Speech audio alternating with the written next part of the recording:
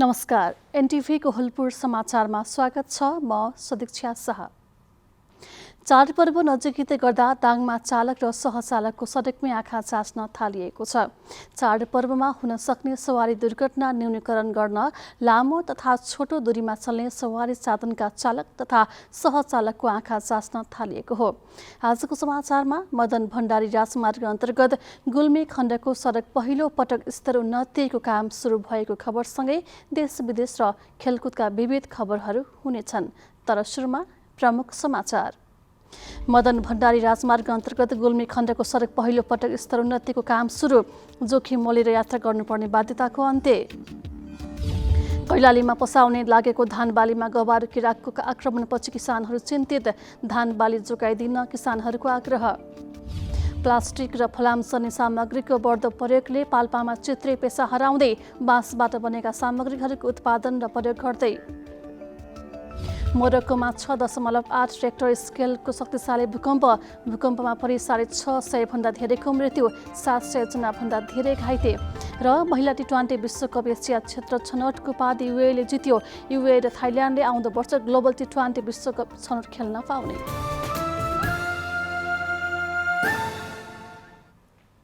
समाचार अब विस्तारमा। मदन भण्डारी राजमार्ग अन्तर्गत गुल्मी खण्डको रिडीदेखि भेडुवासम्मको 25 किलोमिटर सडक खण्डमा पहिलो पटक स्तर उन्नतिको काम सुरु गरिएको छ। साँघुरो र अप्ठ्यारो बाटोमा वर्षौंदेखि जोखिम मोलेर यात्रा गर्न बाध्य बनेका यात्रु सडक स्तर उन्नतिको काम सुरु भएसँगै खुसी भएका छन्। को सबैभन्दा पुरानो सडक रिडी तम्घास अन्तर्गत रिडीदेखि भेडुवासम्मको 25 किलोमिटर सडक स्तर उन्नतिको काम अहिले धमाधम भइरहेको छ। सडक पक्की भएको करिब 26 वर्षपछि पहिलो पटक स्तर उन्नतिको काम थालिएको हो। 2082 साल फागुन 25 गते भित्र निर्माण सम्पन्न गर्ने गरी समानान्तर इलाइट जेबीले 1 अर्ब 50 करोड 48 लाख 32,959 रुपैयाँमा सम्झौता गरेको छ। जुन रकमबाट सडक चौडा, मोड र ग्रेड सुधारको काम हुँदैछ। स्तर उन्नतिको काम समयमै सम्पन्न भएमा यात्रा गर्न सहज हुने यात्रु साहिल खड्का बताउनुहुन्छ।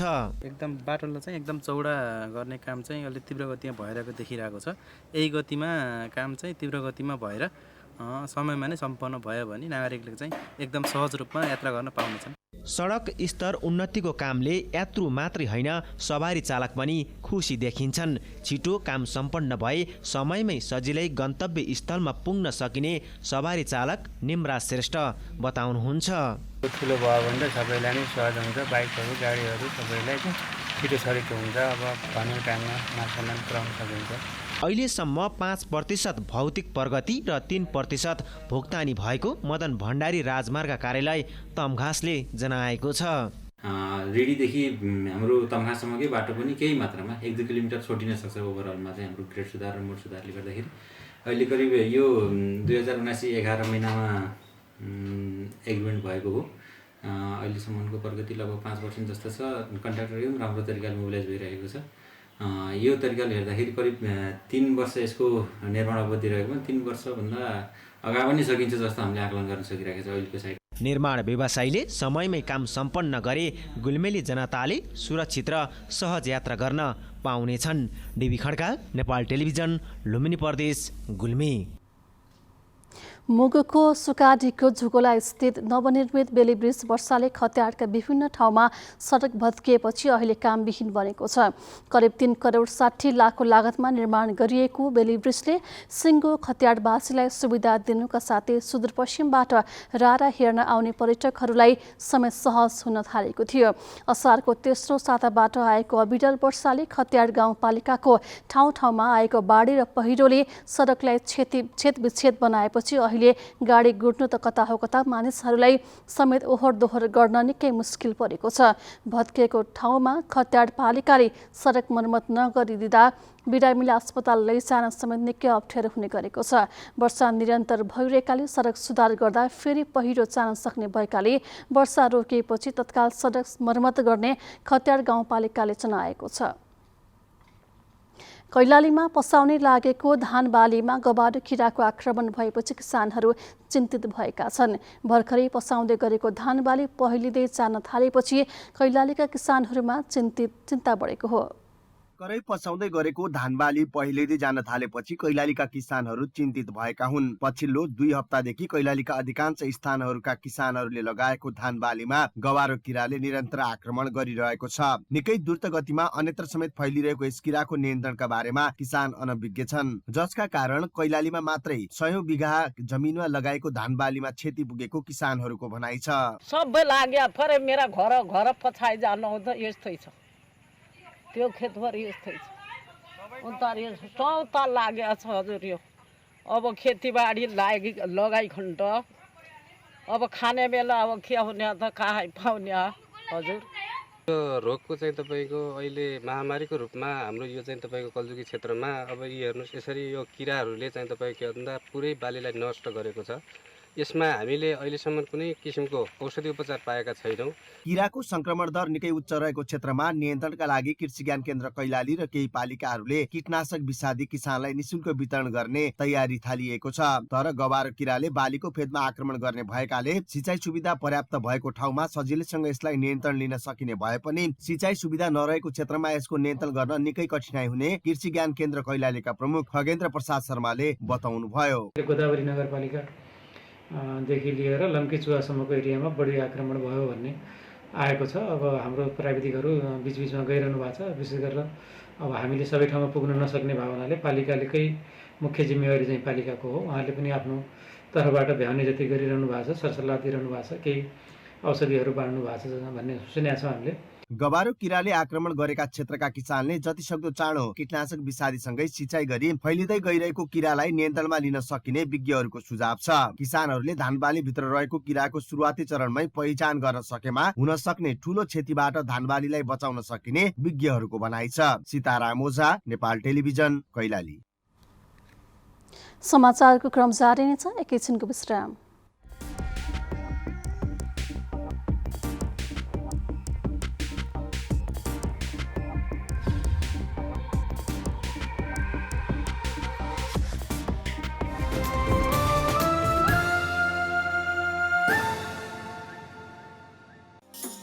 हाम्रो इतिहास, पहिचान र मूल्य मान्यताहरूको प्रतिबिम्ब हो हाम्रो संस्कृति।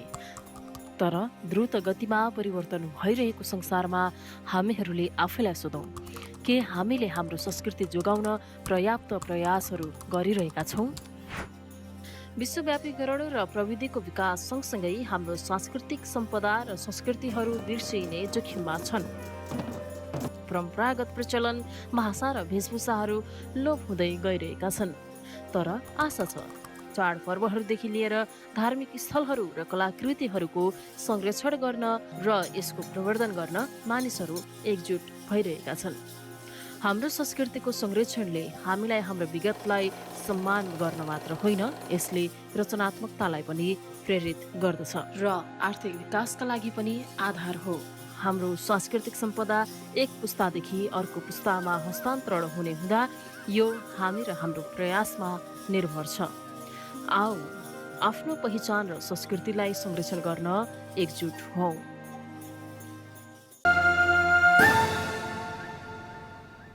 विश्रामपछि समाचारमा पुनः स्वागत छ। अब बाँकी समाचार। चलन चल्तीको गाउँघरी भाषामा चित्रे पेसाले परिचित बाँसबाट बनाइने सामग्री पाल्पामा पछिल्लो समय लोप हुने अवस्थामा पुगेको छ। कुनै समय पाल्पाका गाउँ गाउँमा उद्यमकी रूपमा गरिने डोको, भकारी, सुपो बुन्ने प्रचलन हराउँदै जान थालेको छ भने प्लास्टिक र फलामजन्य सामग्रीको बढ्दो प्रयोगले बाँसजन्य सामग्रीको उत्पादन र प्रयोग दुवै घट्दै गएको हो। कुनै समय पाल्पाको गाउँ गाउँका टोल टोलमा व्यवसायकै रूपमा गरिने चित्रे अर्थात् बाँसजन्य सामग्रीको उत्पादन गरिने पेसा पछिल्लो समय लोप हुने अवस्थामा पुगेको छ। कृषि काममा सबैभन्दा बढी प्रयोगमा आउने बाँसबाट बन्ने डोको, ढाकर, डालो, भकारी, सुपो, मोहला लगायतका सामग्रीदेखि घरमा दैनिक उपभोग्य सामग्री राख्न प्रयोग गरिने बाँसजन्य सामग्रीको तुलनामा प्लास्टिक र फलामजन्य भाँडाको प्रयोग बढ्न थालेपछि बाँसजन्य सामग्री देख्नै मुस्किल पर्न थालेको हो। बढ्दो वन विनाश, आगो लागि र संरक्षणको अभावमा वन जंगलदेखि गाउँघरका खोरिया एरियामा बाँस र यसको प्रजाति निगालो मासिँदै जाँदा पनि गाउँको पुरानो चित्रे पेसा संकटमा परेको स्थानीय बताउँछन्। पाल्पाका साबिकका 65 गाउँ विकास समिति मध्ये पूर्वको झिरुबास, मेत्याल, गल्धा, बिरकोट, पोक्सिङकोटदेखि पश्चिमको ठिमुरे, छहरा, जुठापौवा लगायतका अधिकांश गाउँ विकास समितिका स्थानीयको मुख्य जीविकोपार्जनको स्रोत बाँसका सामग्री बनाई बिक्री गर्ने थियो। अहिले कृषिमा आएको व्यावसायिकताले बढ्दो मेसनरी उपकरणको प्रयोगले बाँसजन्य सामग्रीको खपत गाउँघरमा कम हुँदै गएको रिब्दीकोट गाउँपालिका 6 ठिमुरेका स्थानीय टोप बहादुर अर्गाली बताउनुहुन्छ। 6 महिना दुःख गरेर 3 महिना खान पुग्दैन। त्यही भएर अब केही यसो राज्यहरूले यसो केही सिकाउनुहुन्थ्यो कि केही सहयोग गर्नुहुन्थ्यो कि भन्ने लाग्छ। बाउबाजीको पालादेखि नै बाँसबाट बनाइने डोको, डालो, भकारी, सुपो लगायतका सामग्री बनाउँदै आएका पाल्पाका पाका पुस्ताले भने आजभोलि बाँसको अभावले घरेलु प्रयोजनको लागि मात्रै बनाउँदै आएका छन्। भरपर्दो बजारीकरण र उचित मूल्यको ग्यारेन्टी स्थानीय सरकारले गरिदिए पुरानो चित्रे पेसालाई निरन्तरता दिन सकिने बताउनुहुन्छ निस्ती गाउँपालिका 3 झिरुबासका स्थानीय उद्यमी हरिबहादुर पुन मगर।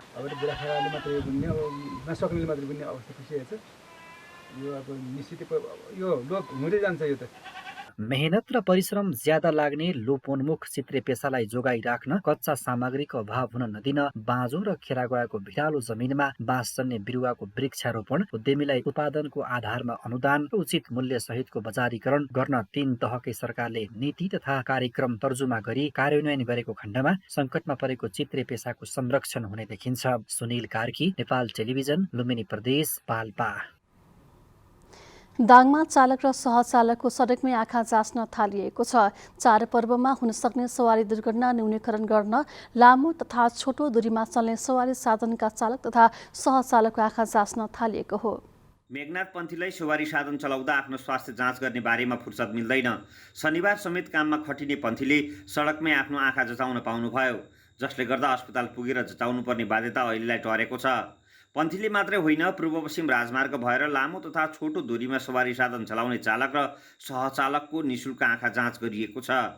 आउँदै गरेका चाडपर्वमा हुन सक्ने सवारी दुर्घटनालाई न्यूनीकरण गर्न ट्राफिक प्रहरी कार्यालय लमैले आँखा जाँच गर्न अभियान चलाएको हो। हामीलाई आँखा अस्पताल धाउने, ठाउँमा जाने, लाइन लाग्ने, समयको अभाव अथवा अन्य कुराहरूले गर्दा धेरै गाह्रो हुन्थ्यो र बाटैमा यो सुविधा हामीले पाएको हुँदा हामीहरूलाई धेरै खुसी लागेको छ। बाटोमा चाहिँ आँखा जाँच गरिदिनु हो, मलाई सबभन्दा खुसी चाहिँ यही लागेको छ। र योभन्दा पछाडि पनि 5 महिना 6 महिना पछाडि पनि आँखा चाहिँ जचाउने जो हो। चालक र सहचालकको आँखामा दृष्टि दोषको समस्या देखिएको छ। नजिक र टाढा नदेख्ने चालकहरू समेत भेटिएका छन्।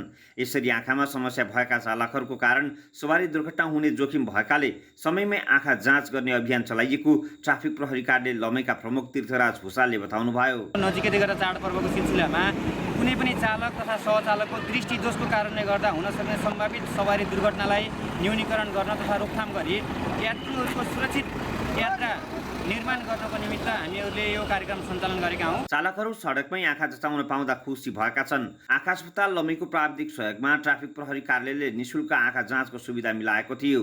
200 बढी चालक र सहचालकले सेवा लिएका छन्। नियमित आँखा र प्रेसर जाँच गर्न स्वास्थ्य कर्मीले सल्लाह समेत दिएका छन्। कतिपयको नजर दृष्टि कम भएको र उहाँलाई चस्मा लगाउनु पर्ने अवस्था भएको छ, उहाँहरूलाई चाहिँ हामीले रिफर गरेर रिफर गरेको छौँ चस्मा लगाउनु पर्नेको लागि। चाडपर्वको समयमा सवारी दुर्घटना बढ्न सक्ने भएकाले समयमै सावधानी अपनाउनु आफैमा सकारात्मक मान्न सकिन्छ। दशरथ घिमिरे, नेपाल टेलिभिजन, लुम्बिनी प्रदेश, दाङ। हरितालिका 30लाई लक्षित गरी नारी विकास केन्द्र नेपालगञ्जले 2 दिने 30 महोत्सवको आयोजना गरेको छ। महोत्सवमा गृहिणी महिलाहरूले घरमै उत्पादन गरेका सामग्री वितरण गर्ने उद्देश्यले 25 वटा स्टल राखिएको आयोजक संस्था नारी विकास केन्द्र बाँकेका अध्यक्ष तथा लुम्बिनी प्रदेश सभा सदस्य मीना श्रेष्ठले जानकारी दिनुभयो। महोत्सवमा नारी विकास केन्द्रमा नै सिप सिकेर तयार पारेका सामग्रीहरू प्रदर्शनमा राखिएको छ। महोत्सव अवलोकन गरी महिलाहरूको उद्यमशीलता विकासमा सहयोग गरिदिन आयोजकले आग्रह गरेको छ। शताब्दीौंदेखि महिलाहरूको सौभाग्यका लागि व्रत बस्ने तीजका आयामहरू आजभोलि समयसँगै आधुनिक बन्दै गइरहेको छ। आजभोलि तीजको दर 30भन्दा महिनौ अघिबाट सुरु भइसकेको हुन्छ, तथापि परम्परागत रूपमा तीजको एक दिन अगाडि वास्तविक दर खाली चलन रहेको छ। यसबारे के भन्छन् त बाँकेका केही महिलाहरू, हेरौँ आजको आवाजमा।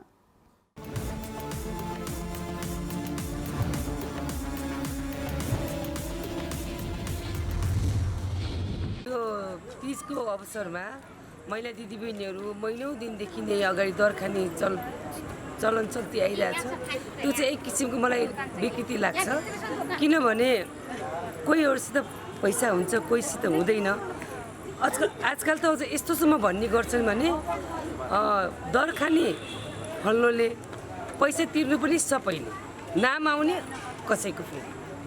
यो चलनले गर्दा अझ विकृति फैलिरहेछ। राम्रो होइन जस्तो हाम्रो चलन र संस्कृति हुन्छ, दर एक दिन अगाडि माइती गएर खान्छन्, रमाइलो गर्छन्, त्यो बरु राम्रो हुन्थ्यो। अब यो यस्तो आजभोलिको फ्यासन छ, पैसा दिई 1000 रुपियाँ 500 1000 1500 2000 खर्च गरी अलि देशको स्थिति पनि नाजुक स्थिति नै छ भनौँ। तर यस्तो स्थितिमा यति धेरै पैसा खर्च गर्न मलाई त बेवकुफी लाग्छ। मा चाहिँ यो चलन चाहिँ राम्रो होइन। पहिला हामीले चाहिँ एक दिन अगाडि मनाउँथ्यौँ या 2-4 दिन अगाडि नै आफ्नो चेलीबेटीहरूलाई घर बोलाएर मनाउने गर्थ्यौँ। तर आजभोलि त यो फेसन भइसकेछ। अब कस्तो छ भनेपछि महिलाहरू पनि कुनै अब कसैले त्यही अनुसारको साडी त्यही अनुसारको गहना लगाउनु पर्ने, अब कसैले पुर्याउन सक्छ कसैले पुर्याउन सक्दैन। त्यो कम्पिटिसन पनि बढेछ आजभोलि, गहनाहरू किन्ने लगाउने। त्यसैले गर्दाखेरि मलाई चाहिँ यो राम्रो चाहिँ लागेको छैन। विशेष गरी यो तीज हिन्दू महिलाहरूको महान पर्व भनिन्छ। यो तीजको अवसरमा चाहिँ योभन्दा पहिलाको दिनहरूमा तीजको कुरा गर्दाखेरि दरखाने दिनलाई चाहिँ एक दिन अगाडि अथवा 2 दिन अगाडि मात्रै दरखाने कार्यक्रम राखिन्थ्यो र त्यो दरखाने कार्यक्रममा चेलीहरू माइत जाने, आफ्नो घरमा चाहिँ जे पाक्छ त्यही माइती अथवा आमाले पकाएको खाने, त्यस्तो खालको हुन्थ्यो भने अहिले यो पछिल्लो चरणमा तीज भनेपछि कम्तीमा पनि 1-1.5 महिना अगाडिबाट नै अलिकति तडक भडक हुने र यो तीजलाई लिएर अलिकति विकृति जस्तो पनि फैलिएको हामीले महसुस गरेका थियौँ। कला संस्कृति जोगाउनुपर्छ, आफ्नो बिचमा माया प्रेम श्रद्धा बढ्नुपर्छ। यो कुरामा 2 मात्रै भएन, तर पनि महिनौँ महिना लगाएर दरखाने कुरा बेटी कुरा छ। किनभने यो खर्चका हिसाबले पनि बेटीको हामीलाई मात्रै हेर्नु हुँदैन नि त। समुदायमा समाजमा त हामी जस्ता पनि छन्, हामीभन्दा हाई क्वालिटीका पनि छन्, हामीभन्दा भनौँ न आर्थिक अवस्था निम्न भएका पनि हुनुहुन्छ। उहाँहरू सबैलाई हेरेर के भन्न सकिन्छ भने यो चाडबाड जो भनौँ कला संस्कृति जोगाउने तर व्यथिति बढाउने चाहिँ होइन। आजकल चाहिँ 1 महिनाभन्दा अगाडि नै यस्तो मनाइने गरिन्छ। पहिलाकै परम्परा राम्रो लाग्छ। पहिला 1 दिन अगाडि नै डर खाएर मनाउने गरिन्छ। आफ्नो गाउँघरमा कल्चर अनुसारको नाचगान गरिने, 1 दिन अगाडि गरेर मनाउने गरिन्छ।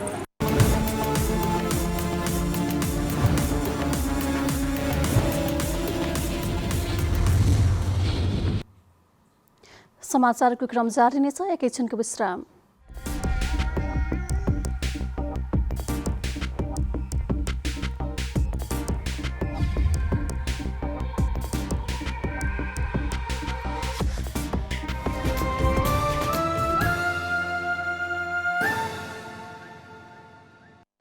एम सुनिल जोखिमपूर्ण टेलिभिजन पत्रकारिता पुरस्कार 2080 टेलिभिजन पत्रकारहरूमा सहभागिताका लागि आह्वान। 2079 भाद्र 1 गतेदेखि 2080 साउन मसान्तसम्म प्रसारित सामग्रीलाई समावेश गराइनेछ। पुरस्कार राशि 1 लाख रुपैयाँ। सहभागिताका लागि अन्तिम मिति 2080 भदौ 30 गते। पुरस्कार वितरण असोज 7 गते।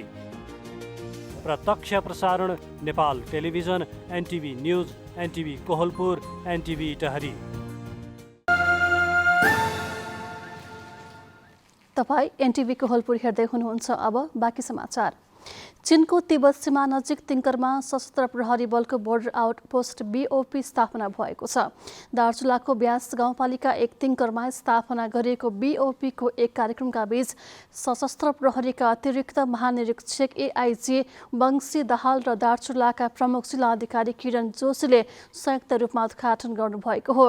तिङ्करको छाया लेकमा स्थापना गरिएको बोर्डर आउटपोस्टको सुरक्षार्थ सशस्त्र प्रहरी निरीक्षक जनक पौडेलको कमान्डमा 20 जनाको टोली खटिएको सशस्त्र प्रहरी बल नेपाल नम्बर 44 गण हेडक्वार्टर दार्चुलाका गणपति डम्बर बहादुर विष्टले बताउनु भएको छ। विशेष गरी चीन सीमा नजिक उक्त क्षेत्रबाट सीमामा हुने चोरी निकासी नियन्त्रण, सीमा अपराध नियन्त्रण, लागु औषध ओसार प्रसार जस्ता आपराधिक गतिविधिलाई नियन्त्रण गर्न र चीन सीमा क्षेत्रको निगरानीका लागि बीओपी स्थापना गरिएको गणपति विष्टले बताउनुभयो। दार्चुलाको उत्तरी क्षेत्र व्यासमा मात्रै सशस्त्र प्रहरीका एउटा गुल्म सहित 4वटा बीओपी स्थापना भएका छन्। अब अन्तर्राष्ट्रिय समाचार।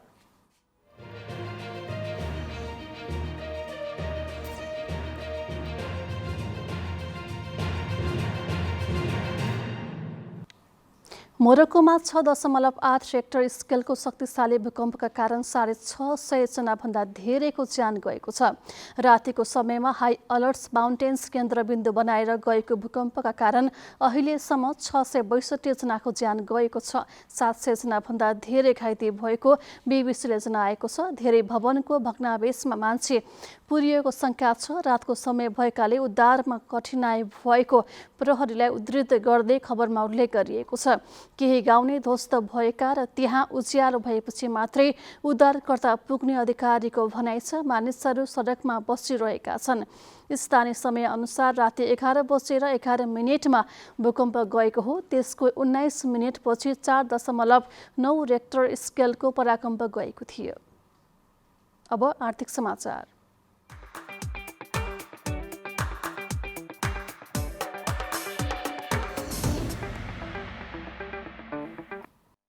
नगरको पहिचानमा बर्दघाट प्रज्ञा प्रतिष्ठानले महत्त्वपूर्ण योगदान पुर्याएको पश्चिम नवलपरासीको बर्दघाट नगर प्रमुख शम्भुलाल श्रेष्ठले बताउनु भएको छ।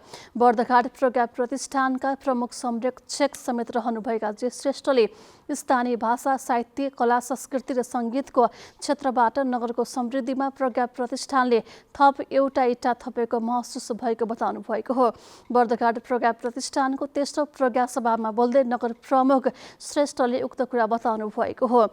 त्यसैगरी नेपाल ललित कला प्रज्ञा प्रतिष्ठानका सदस्य सचिव देवेन्द्र कुमार काफले थुम्केलीले अहिले समाजका हरेक क्षेत्रमा मौलिकता हराउँदै गएकाले अब प्राज्ञिक क्षेत्रले समाजको मौलिकताले कसरी संरक्षण गर्ने भन्नेतर्फ आफ्ना कार्ययोजना अघि बढाउनु पर्नेमा जोड दिनुभएको थियो। सभामा सदस्य सचिव वामदेव अधिकारीले प्रस्तुत गर्नुभएको आर्थिक वर्ष 2079-80 को 12,79,412 रुपियाँ बराबरको आयव्यय खर्च विवरण र चालु वर्ष 2080-81 को 38,69,094 रुपियाँ बराबरको अनुमानित आयव्यय विवरण सभाले पारित गरेको थियो। अब खेलकुद समाचार।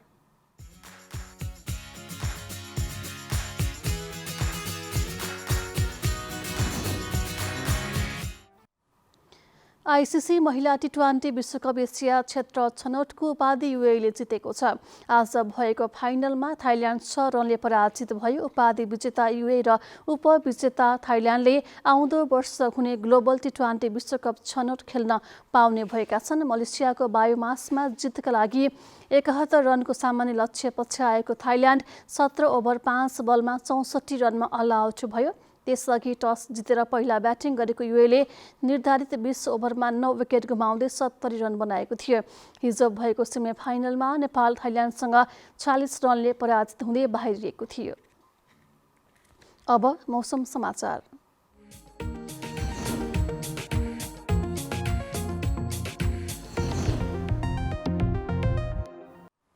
आज बागमती, गण्डकी र लुम्बिनी प्रदेशका केही स्थानहरूमा मेघगर्जन चट्याङसहित हल्कादेखि मध्यम वर्षा भयो। आज राति पनि कोशी, बागमती, गण्डकी र सुदूरपश्चिम प्रदेशका केही स्थानहरूमा मेघगर्जन चट्याङसहित हल्कादेखि मध्यम वर्षाको सम्भावना छ। अब मौसम सम्बन्धी थप विवरण।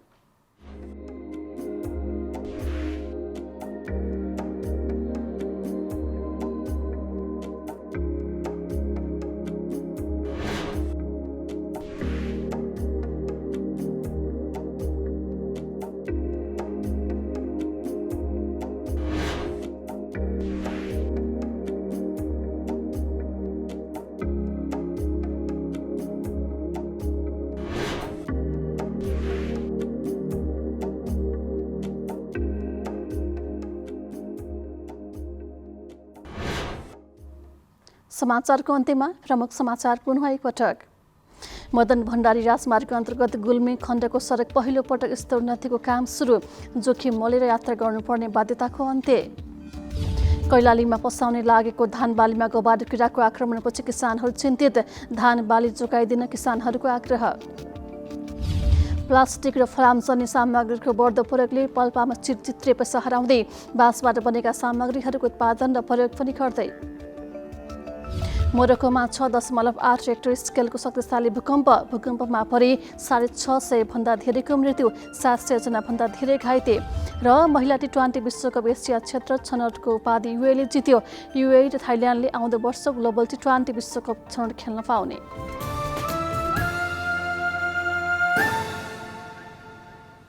हवस् त अहिलेलाई समाचारको सिलसिला यति नै। बिदा दिनुहोस्।